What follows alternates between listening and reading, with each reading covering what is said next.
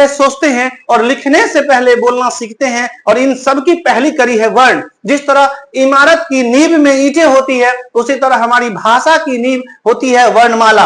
और वर्णमाला के ये 52 जो अक्षर होते हैं ना, इनमें छिपा है हर शब्द, हर भाव, हर अभिव्यक्ति। आइए आज हम सीखते हैं इन वर्णों की रस, कैसे बनते हैं स्वर, कैसे गूंजते हैं व्यंजन, कहां से निकलती है क की ध्वनि, और कैसे स का उच्चारण हमें शुद्ध भाषा का बोध कराता है। तो चलिए शब्दों की इस अद्भुत यात्रा में सबसे पहले हिंदी व्याकरण से संबंधित पूछा जाता है। जैसे वर्ण किसे कहते हैं, भाषा के कितनी मौलिक वर्ण होते हैं, स्वर वर्ण क्या होता है, ह्रस्व और दीर्घ स्वर कौन सा होता है। इसके अलावा जो है बहुत सारा चीज पूछा जाता है कि नहीं। जैसे च वर्ण का स्थान क्या होता है, क वर्ण का स्थान क्या होता है, हिंदी वर्णमाला में कुल कितने वर्ण होते हैं, संयुक्त वर्ण किसे कहते हैं, अर्ध स्वर कौन सा है ना, संधि समास व्याकरण से जुड़े सभी सारा ये चीज इसमें आ जाता है। व्यंजन संधि, जब तक हम वर्ण नहीं पढ़ेंगे तब तक कुछ भी नहीं हो पाएगा। इसलिए चलिए चलते हैं आगे वीडियो में, वर्ण से शुरुआत करते हैं।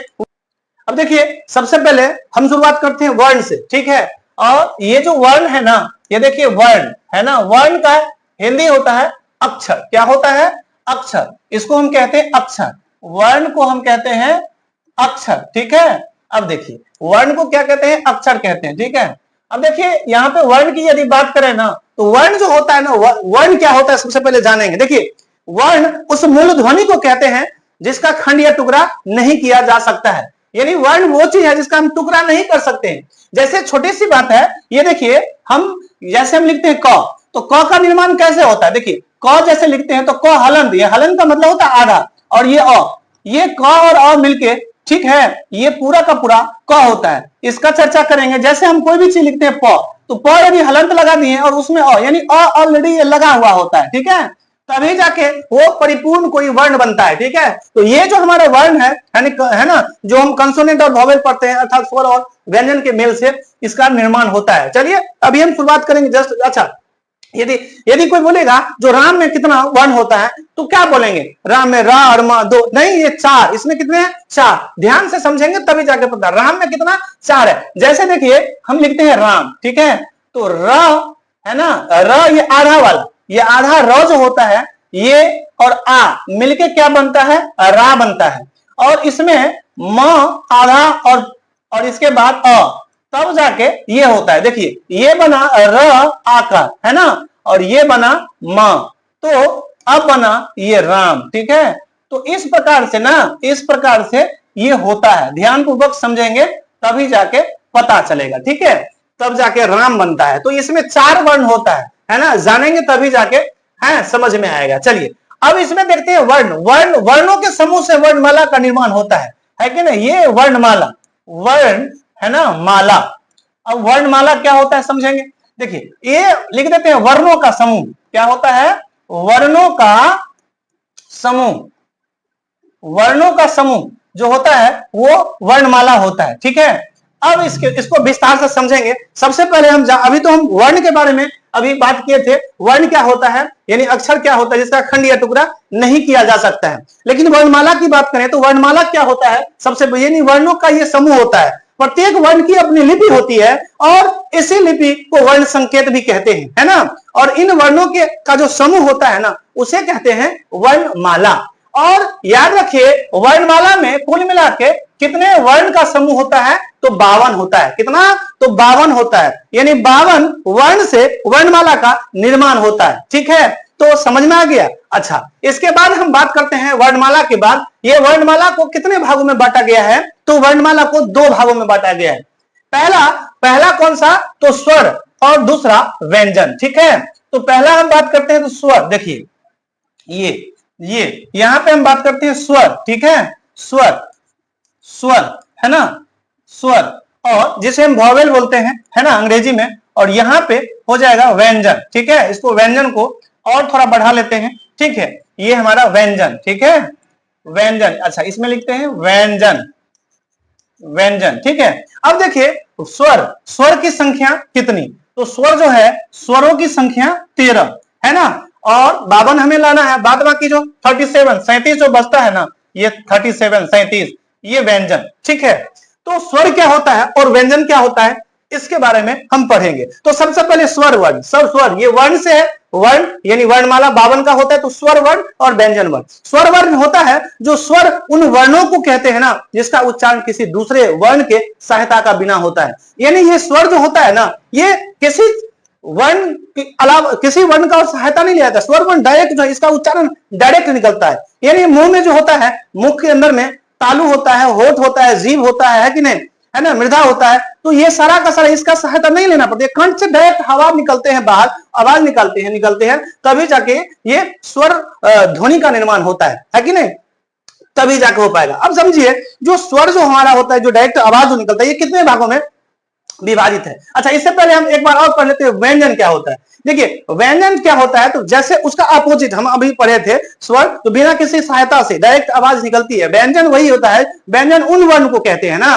जो वॉवेल यानी स्वर की, इसका जो उच्चारण लेते हैं ना, तो स्वर की सहायता लेनी ही पड़ती है। यानी स्वर की सहायता बिना लिए हुए वॉवेल का निर्माण नहीं होता है। जैसे कि बताए थे ना, जब कभी भी व्यंजन क ये पूरा लिखते हैं तो स्वर की सहायता अ हुआ, आ हुआ, ये स्वर की सहायता से ही हमारा इसका निर्माण होता है ना, आवाज जो निकलता है कि नहीं। स्वर का मतलब डायरेक्ट आवाज हवा के द्वारा जो है गला से निकलता है तो स्वर होता है, और व्यंजन क्या होता है, जो स्वर की सहायता से ही है ना व्यंजन का निर्माण होता है, याद रखेंगे, है कि नहीं। तो इस प्रकार से बहुत सारा उदाहरण देंगे, अभी जस्ट बात करेंगे। तो सबसे पहले स्वर 13 होते हैं ना, इसको 2 भागों में बांटा गया है। कितने भागों में बांटा गया है, तो 2 भागों में। देखिए इसको 2 भागों में बांटेंगे अभी जस्ट, है ना, 2 भागों में। सबसे पहले हम बात करते हैं किस चीज का, तो सबसे हम पहले बात करते हैं मूल स्वर का, है ना। अभी हम बात करेंगे जो मूल स्वर है ना, अधिकतर इसमें नाम लिया नहीं जाता है, लेकिन एक्चुअल में जो होता है ना, ये मूल स्वर होता है कि नहीं।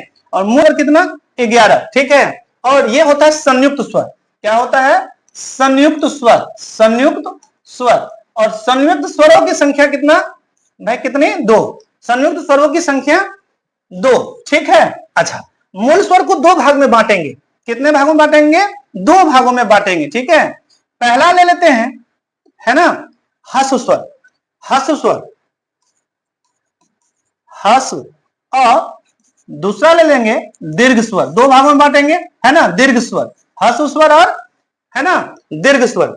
हस्व स्वर की संख्या कितनी भाई, तो हस्व स्वर की संख्या 4 और दीर्घ स्वर की संख्या 9। ये देखिए 4 और दीर्घ स्वर की संख्या 9।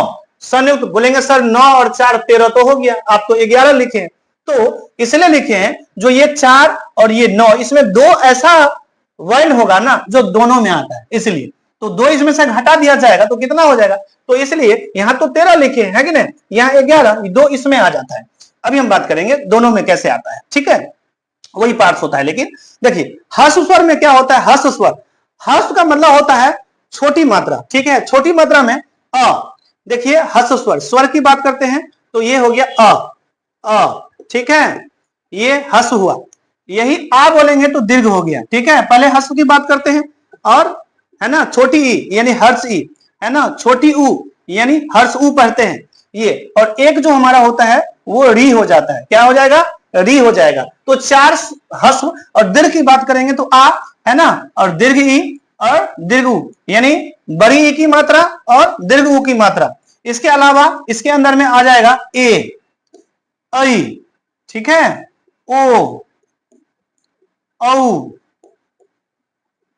इसमें अंग और अ, ये 2 2 4 2 2 4 5, 5 और 4 9, याद रखेंगे।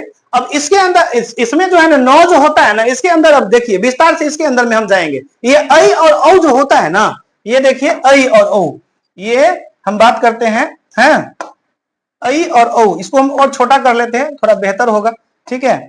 देखिए ये ऐ और औ, ये एक ऐ और ये औ, ये 2 चीज संयुक्त स्वर में आता है। यानी एक हम ऐ ले लेते हैं और एक है ना औ ले लेते हैं, है ना। ये कैसे बनता है, ये संयुक्त क्यों होता है, क्योंकि दोनों ये जो है ना स्वर, 2 स्वर मिलके, है ना, यानी हस्व स्वर मिलके दीर्घ का निर्माण होता है, और यानी दोनों मिलता है, इसलिए संयुक्त स्वर होता है। जैसे हम क्या बोलते हैं, ऐ पढ़ते हैं, ऐ, अ प्लस ई, है ना, अ प्लस ई ऐ का निर्माण होता है ना। इसी प्रकार से औ, औ, है ना, अ और प्लस उ क्या बनता है, औ होता है। ये संयुक्त स्वर में होता है, ठीक है दोनों। तो अ प्लस ई ऐ हुआ, इसको भी हम कर लिए आराम से, ठीक है, इस प्रकार से ध्यान रखेंगे, इसलिए संयुक्त स्वर होता है, ये दोनों में उपलब्ध है, वर्ण तो वही है ना, तो इस कारण से ध्यान रखेंगे। अच्छा, ये इसमें जो अंग है और अ है, ये अंग जैसे कि जानते हैं ना, ये अनुस्वार होता है, ये क्या होता है, इसको हम चढ़ को क्या कहा जाता है ना, अ को क्या कहा जाता है, तो अंग जो होता है वो अनुनासिक कहते हैं, क्या कहते हैं, अनुनासिक, अनुनासिक, इसे बोला जाता है अनुनासिक। और अह, ये तो आप जानते हैं, अह यानी ये विसर्ग होता है, ये क्या होता है, विसर्ग होता है, ठीक है, ये विसर्ग होता है, तो इस प्रकार से हम कह सकते हैं। अच्छा, इसमें अभी रिवीजन करवा ही देंगे, संयुक्त स्वर हमारा हो गया, इसमें हम पहले क्या कर लेते हैं, रिवीजन के तौर पे उसको रिवीजन कर लेते हैं, थोड़ा एक बार और देख लेते हैं, ठीक है। वर्ण देखिए, वर्ण का अर्थ होता है अक्षर, जिसको हम टुकड़ा नहीं, वर्ण को हम टुकड़ा नहीं कर सकते, उसको अलग नहीं कर सकते, है ना, इसको खंड या टुकड़ा किया ही नहीं जा सकता है, यानी वर्ण, वर्ण का अर्थ होता है अक्षर, इसे खंड या टुकड़ा नहीं कर सकते हैं, है कि नहीं। और वर्ण का जो समूह होता है ना, ये वर्णमाला होता है, वर्णमाला 52 होते हैं, ठीक है, वर्णमाला 52, और 52 वर्णमाला से ही हम वो कोई वर्ण से, है ना, शब्द का निर्माण करते हैं, शब्दों, बहुत सारे शब्द या शब्दों के समूह से हमारा वाक्य बनता है, और वाक्य से फिर स्टोरी या पोएम यानी कविता और कहानी लिखा जाता है, फिर बुक का निर्माण होता है कि नहीं। तो ये सारा चीज वर्ण का ही खेला है, हिंदी वर्णमाला का, ठीक है, इसी में सारा का सारा मात्रा हमारा होता है, सारा का सारा होता है। जैसे वर्ण की बात करें तो क आधा हलंत वाले जो होता है वो आधा क और अ मिलके क बनता है, इसी प्रकार से च आधा छ हुआ, यानी हलंत वाले और अ मिलके पूरा, प हुआ तो प मिलके प हुआ, च हुआ तो च, और अ मिलके पूरा का पूरा च होता है कि नहीं। कभी जाके जैसे राम बोलेंगे तो राम में कितना वर्ण है, कभी कभार पूछ देता है, तो राम में 4 वर्ण है ना, कैसे, तो रा, देखिए र प्लस आ, रा बना, 2 ये हुआ, और म आधा म और अ तो पूरा म हुआ, तो राम तब जाके हुआ, इसमें 4 वर्ण होता है, यानी वर्ण से, है ना, वर्णमाला 52 वर्णों के समूह से वर्णमाला होता है। इस वर्णमाला को 2 भागों में विभाजित किए हैं, स्वर और व्यंजन, स्वर की संख्या 13 और व्यंजन की संख्या 37 अभी पढ़ने वाले हैं। स्वर को फिर 2 भागों में बांटा गया है, मूल स्वर और संयुक्त स्वर। मूल स्वर की संख्या देखिए, स्वर तो 13 है और मूल स्वर की संख्या कितना 11 और संयुक्त स्वर की संख्या 2, ठीक है। तो मूल स्वर को फिर 2 भागों में बांटा गया है, एक हर्ष स्वर और दीर्घ स्वर, हर्ष स्वर और दीर्घ स्वर, और संयुक्त स्वर तो 2 है है, तो हर्ष और दोनों दीर्घ मिलके यानी 11 में, इसमें तो 13 होता है, क्योंकि 2 इसमें संयुक्त स्वर जो आता है ना, ये दोनों इसमें इन्वॉल्व होता है, यानी वही वर्ण है कि नहीं। तो स्वरों की संख्या 4, यानी हर्ष स्वर, अ है ना, छोटी उ और री, ये जो है ना, री बड़ी री भी होता है ना, तो ये अ ई उ और ये है ना हर्ष ई हर्ष उ कहते हैं, ये हमारा छोटी की मात्रा है, यानी हर्ष ये 4। और दीर्घ में बात करें तो आ, दीर्घ ई, दीर्घ उ, ए ऐ ओ औ अंग और अ, ये जो है ये 9 होते हैं, है ना। अंग को हम अनुनासिक बोलते हैं और अ को हम विसर्ग बोलते हैं, आप जानते ही हैं। और इसी में ऐ और ओ औ जो है ये संयुक्त स्वर, क्योंकि संयुक्त स्वर मतलब मिलकर बना हुआ है, अ और ई जोड़ेंगे तो ऐ होता है, अ और उ मिलकर औ का निर्माण होता है, तो संयुक्त स्वर भी 2 है, ये दोनों में 2 ही हैं, और कुल मिला के देखा जाए तो 13 ही होता है कि नहीं। चलिए अब चलते हैं व्यंजन वर्ण में। अच्छा, इसमें एक चीज और है जो हर्ष स्वर, देखिए अ का मतलब कोई शब्द कोई चीज में अ ऑलरेडी लगा हुआ होता है कि नहीं, तो इसका कोई नहीं, ठीक है। अब इसमें देखिए ये हर्ष ई है, अब आ मतलब क्या होता है, आ मतलब आकार होता है, और ये हर्षी जो है कोई चीज में जब लगता है ना यहाँ पे, तो ये हर्षी होता है, ये दीर्घी हुआ, दीर्घी में ऐसे लगता है, दीर्घी हर्षु, तो उ हर्षुकार की मात्रा है ना, और दुर्गु मतलब दुर्गुकार की, और ए मतलब एकार हुआ, ए मतलब एकार हुआ, कोई चीज में लगता है एकार, फिर ऐ मतलब 2 ठो लगता है तो ऐकार होता है। इसी प्रकार से ओ ये रहा तो ओ कार लगता है कोई भी चीज में। तो चलेंगे व्यंजन, और व्यंजन तो जानते ही है, अभी हमने जिक्र किया था, जो व्यंजन क्या होता है भाई, है ना, व्यंजन जो होता है वो स्वर बिना स्वर की सहायता से नहीं बोले जाएंगे और न ही लिखे जाएंगे, तो व्यंजन में स्वर की सहायता होता ही होता है। चलिए, और अभी हमने बात किया था तो व्यंजन जो है कितना 37 व्यंजन। और देखिए व्यंजन में कई टीचर जो है नहीं बताते हैं, व्यंजन को 3 भागों में एक्चुअल में बांटा गया है कि नहीं, याद रखेंगे आराम से। देखिए 3 भागों में कौन कौन सा, तो सबसे पहले हम बात करते हैं, है ना, फर्स्ट वर्गीय व्यंजन, ठीक है, कौन सा, वर्गीय। ये देखिए पहला की बात करते हैं तो वर्गीय व्यंजन, ठीक है, चूंकि ये व्यंजन है तो वर्गीय व्यंजन। अच्छा, और दूसरा जो है इस चीज को अवर्गीय व्यंजन बोलते हैं। क्या बोलते हैं? अवर्गीय व्यंजन, अवर्गीय, है ना, व्यंजन। और तीसरा संयुक्त व्यंजन, संयुक्त व्यंजन, ठीक है, संयुक्त व्यंजन। अब देखिए वर्गीय व्यंजन को हम बोलते हैं स्पर्श व्यंजन। कौन सा? स्पर्श व्यंजन, ठीक है, ये स्पर्श व्यंजन होता है, दोनों एक ही चीज होता है, ठीक है, यहां पे हम या लगा देंगे, एक ही चीज होता है, ठीक है। अच्छा, स्पर्श वर्गीय व्यंजन अर्थात स्पर्श व्यंजनों की संख्या कितना भाई? 25, ठीक है। और अवर्गीय व्यंजन 8, ठीक है ना, कितने? 8। और संयुक्त व्यंजन 4, संयुक्त व्यंजनों की संख्या 4, ठीक है। तो समझ में आ गया होगा। चलिए इसके अलावा हम बात करते हैं तो स्पर्श व्यंजन कौन कौन सा होता है। देखिए सबसे पहले हम बात करेंगे तो ये क, ठीक है, ख, ये जो लिखते हैं ग, घ और ये अंगा लिखते हैं, ठीक है, ये क ख, इसे हम कवर्ग बोलते हैं। अच्छा, इसको पहले हम लिख देंगे च छ, इसी प्रकार से च छ है, ट ठ, त थ, ओके, और प फ लिखते हैं, है ना। ये हमारा 5-5 का ग्रुप होता है। कितने कितने का ग्रुप होता है? 5-5 का ग्रुप होता है। पहले ये भी 5, ठीक है, ये भी 5 और ये भी 5, ये भी 5 और ये भी 5। अच्छा, इसको कहा जाता है, इसको कहा जाता है, इसको कहा जाता है कवर्ग, इसे कहा जाता है कवर्ग, ठीक है, इसे कहा जाता है चवर्ग, इसे कहा जाता है तठ वाले को टवर्ग, याद रखेंगे। सबका उच्चारण स्थान भी बताएंगे, टवर्ग। ये पफा वाले को पूरा लाइन को बोला जाता है पवर्ग, ओके।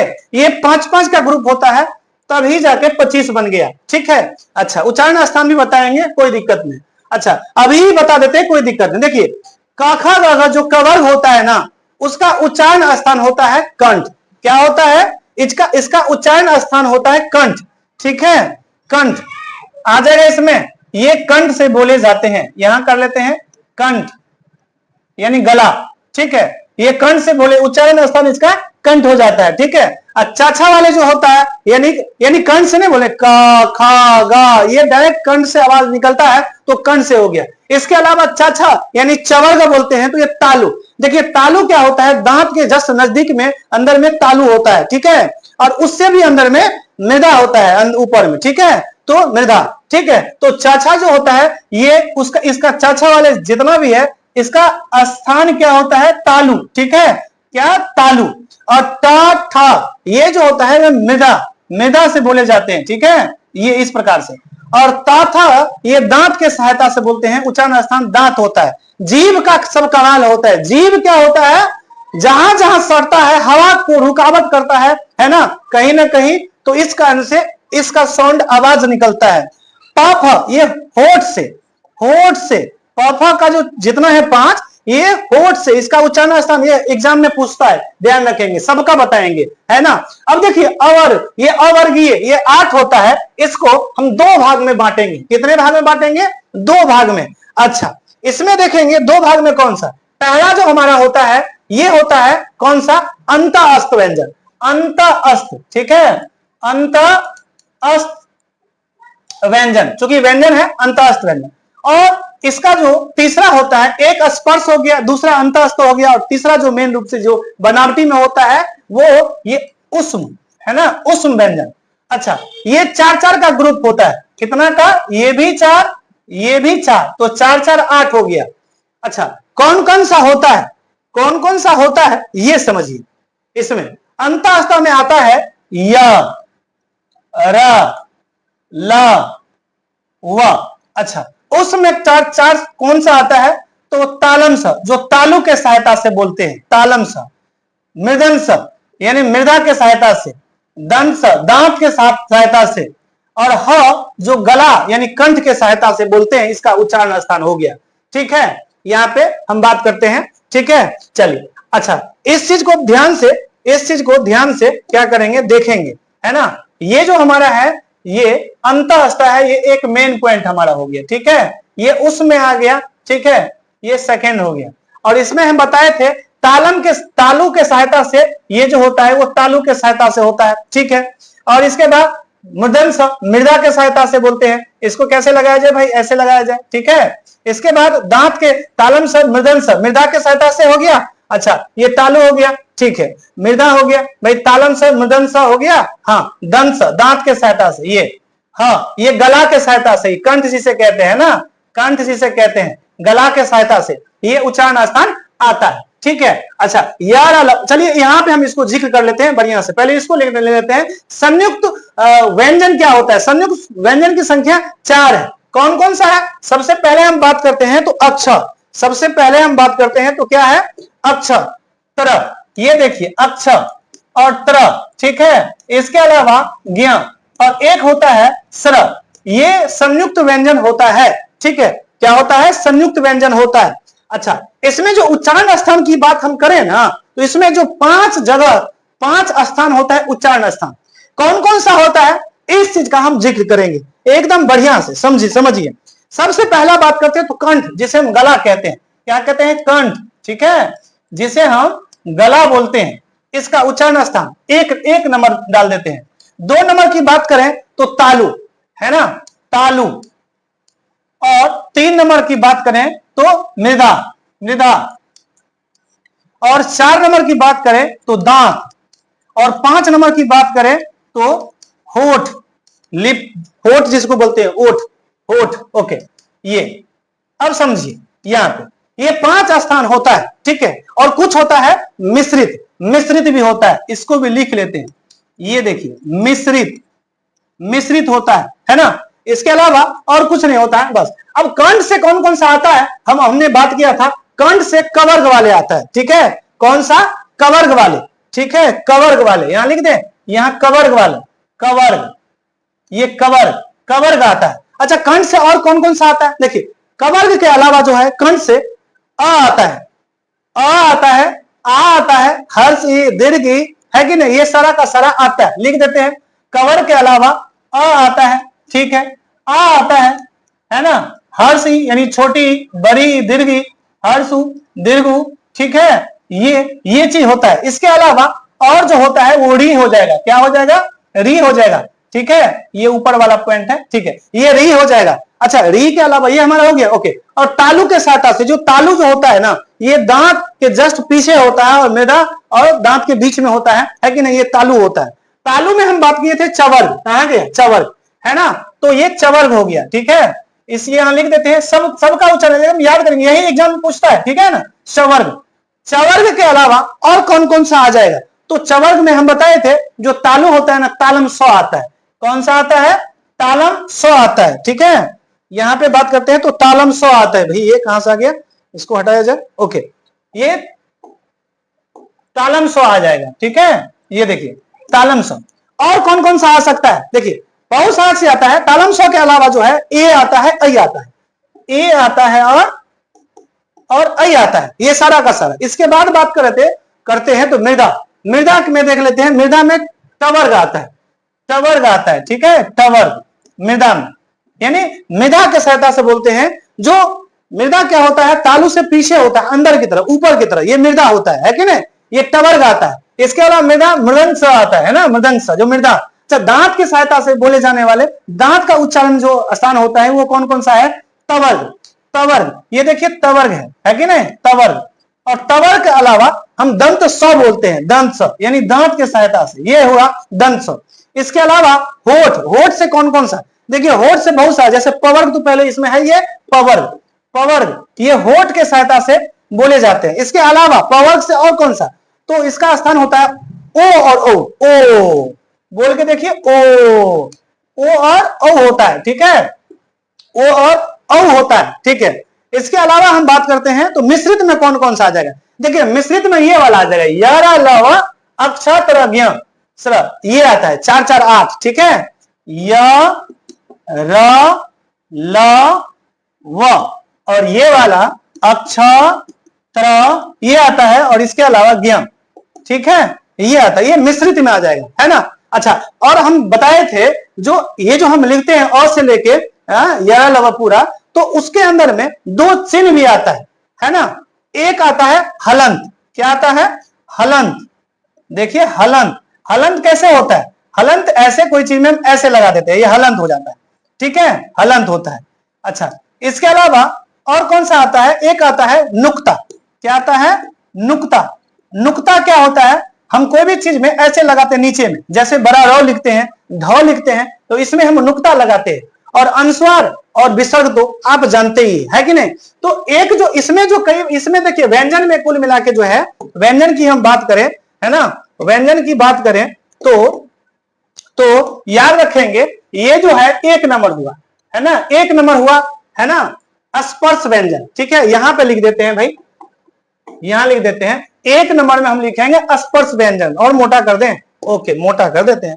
एक नंबर में स्पर्श व्यंजन, दो नंबर में अंतःस्थ, तीन नंबर में उष्म, ठीक है, उष्मीय व्यंजन, और चार नंबर में संयुक्त व्यंजन, याद रखेंगे। ठीक है, तो इस प्रकार से इसमें होता है। इसका उच्चारण स्थान के साथ साथ सारा का सारा चीज करवा दिए।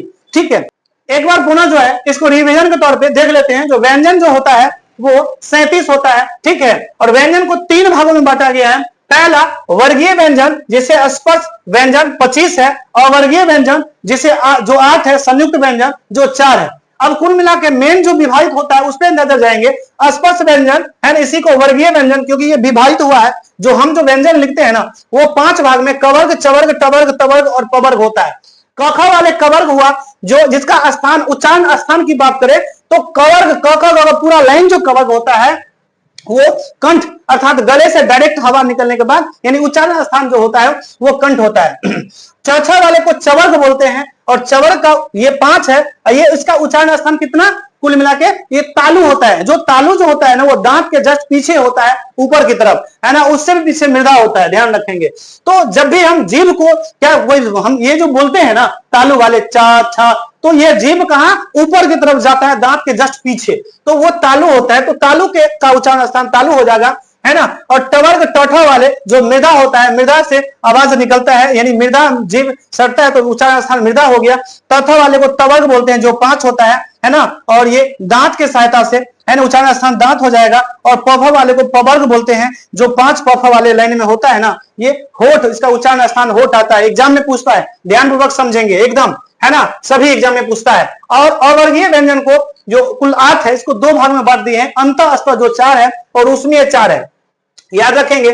अंतःस्थ में 4 य र ल व होता है, इसका उच्चारण स्थान मिश्रित होता है, यहां लिख दिए मिश्रित होता है। अब देखिए उसमें भी 4 होता है, यानी उसमें व्यंजन 4 होता है, जो इस रूप में विभाजित हुआ है, तो 3 तीसरा भाग हुआ, है ना। तालम सब तालु के साथ उच्चारण स्थान तालु होता है, और ये तालम स के बाद, है ना, मूर्धन स होता है जो मृदा के सहायता से, और ये दंत स जो दांत के सहायता से, और ह होता है जो कंठ यानी गला की सहायता से, यानी उच्चारण अर्थात, है ना, ये हो जाएगा मृदा, तालु, दांत और कंठ होता है। इसके अलावा हम बात करें तो संयुक्त व्यंजन ये 4 होता है। अक्षर, त्र, ज्ञ, अस्त्र होता है, ये भी इसका उच्चारण स्थान जो संयुक्त व्यंजन का होता है वो मिश्रित होता है, यहां लिख दिए हैं ये, और ये मिश्रित होता है। अच्छा, एक बार पुनः जो देखेंगे, कंठ और गला से पूरा जो है कौन कौन सा वर्ण इसका उच्चारण स्थान, ये अक्सर पूछता है। ठीक है, इसमें नंबर रखा हुआ है, ध्यान रखेंगे।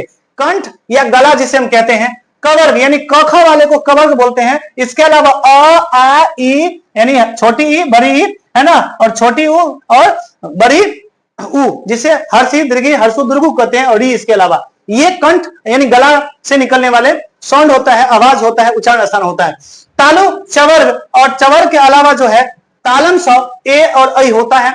मृदा यानी मृदा से सहायता से टवर्ग, टठ वाले पूरा लाइन, और इसके अलावा जो है ये मृदन स होता है, इसका उच्चारण स्थान। दांत का उच्चारण स्थान जो है कौन सा वर्ण है, तो तवर्ग, पूरा तथा ददा वाले पूरा तवर्ग, क्योंकि जीव दांत में सटता है इसलिए ये उच्चारण स्थान दांत हो गया। और ये दंत स कहते हैं, ये आता है। होठ की बात करें तो होठ से प फ, देखिए प फ ब, ये होठ हवा जो बाहर निकलता है उसको रुकावट पैदा करता है, जिससे आवाज निकलता है ना, गला से डायरेक्ट जो आवाज निकलता है, हवा निकलता है, तो भाई तो पवर्ग पूरा, और ओ औ होता है। इसके अलावा मिश्रित बता देते यर, लव और अक्षर, ज्ञ, ये जो है ये क्या है, मिश्रित होता है इससे। तो अभी हम इसको पूरा, इसके अलावा जो एक हलंत और एक नुक्ता इसे कहते हैं, जो ड र में नुक्ता लगता है और हलन तो जानते ही है, ये हलंत लगता है जो आधा को आधा बनाने में लगता है, ठीक है, और संस्कृत में ये यूज होता है। तो ये चीज हमारा होता है। तो वीडियो कैसा लगा कमेंट सेक्शन में अपनी राय जरूर दीजिए, और कौन सा वीडियो चाहते हैं उसके लिए आप कमेंट सेक्शन में लिखिए। वीडियो अच्छा लगा तो वीडियो लाइक कर दीजिए, है ना, लाइक का इंतजार करते हैं। चैनल पे नए हैं तो चैनल को जरूर जरूर जरूर सब्सक्राइब कर दीजिए, ताकि सभी वीडियो का नोटिफिकेशन सबसे पहले आप तक पहुंचे, है ना। बेल आइकन को भी दबा दीजिएगा। फिर मिलेंगे नेक्स्ट वीडियो में। तब तक के लिए जय हिंद, जय भारत, थैंक यू।